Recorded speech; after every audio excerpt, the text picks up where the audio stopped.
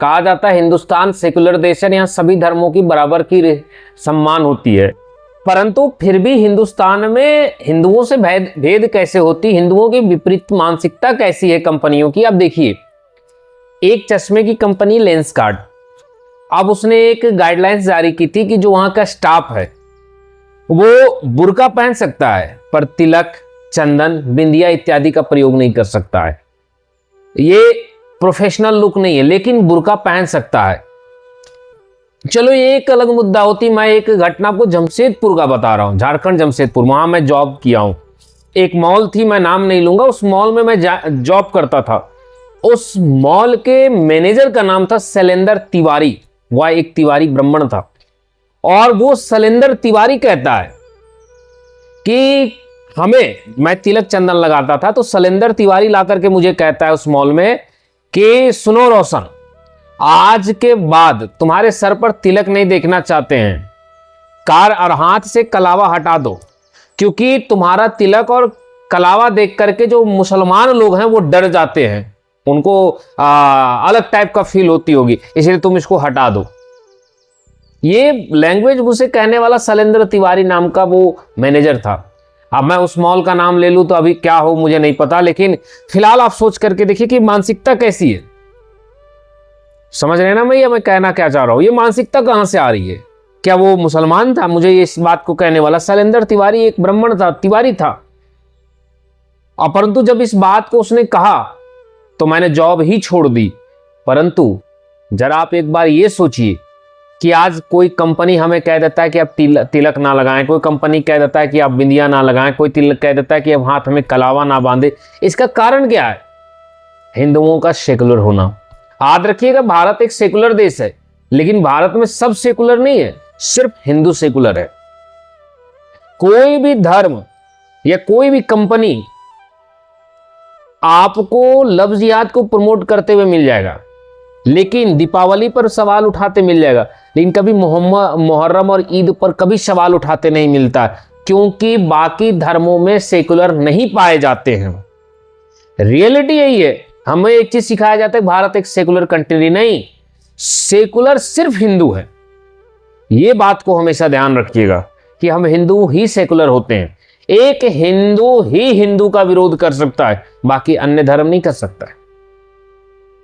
याद रखिएगा, दो पक्षों में पत्थरबाजी हो, अगर पत्थरबाजी का दोषी मुसलमान है तो भी पूरा मुसलमान संप्रदाय एक साथ खड़ा है, लेकिन अगर पत्थरबाजी का दोषी या कोई भी मॉब लिंचिंग का दोषी कोई हिंदू है तो फिर उस हिंदू पर ही सवाल उठने लगता है। उठाने वाले हिंदू ही होते हैं कि लॉ एंड ऑर्डर का क्या होगा, कानून का क्या होगा, हमें कानून से चलना चाहिए।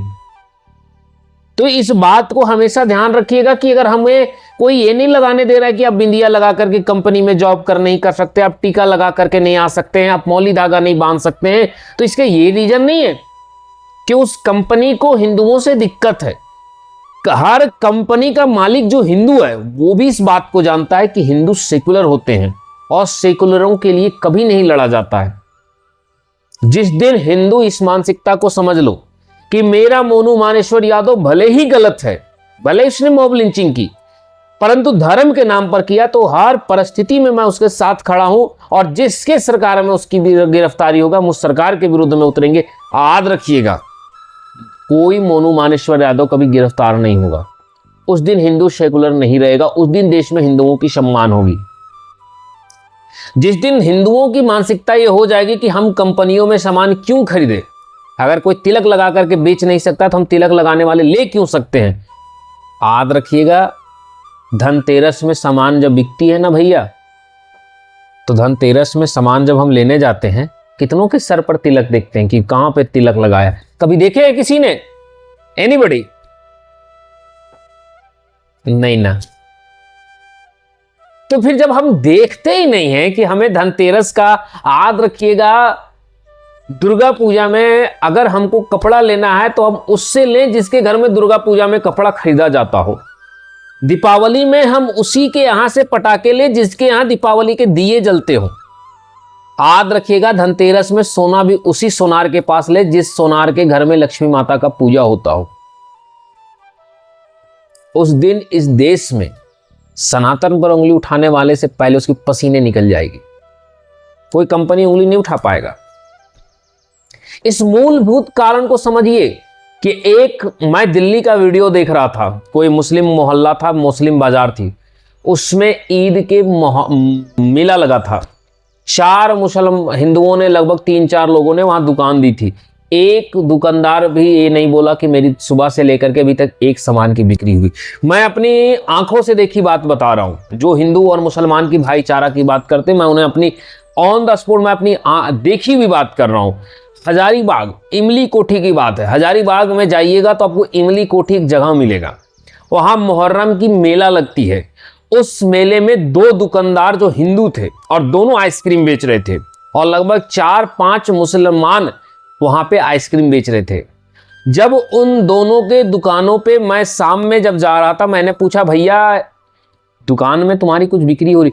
उन दोनों आइसक्रीम वालों ने सिर्फ एक शब्द कहा कि सुबह से एक आइसक्रीम नहीं बिका है। हमने बोला इतना भीड़ है, बोला कि भैया ये लोग हिंदू मुस्लिम देख के खरीद रहा है, हम लोग गलती की यहां लगा करके।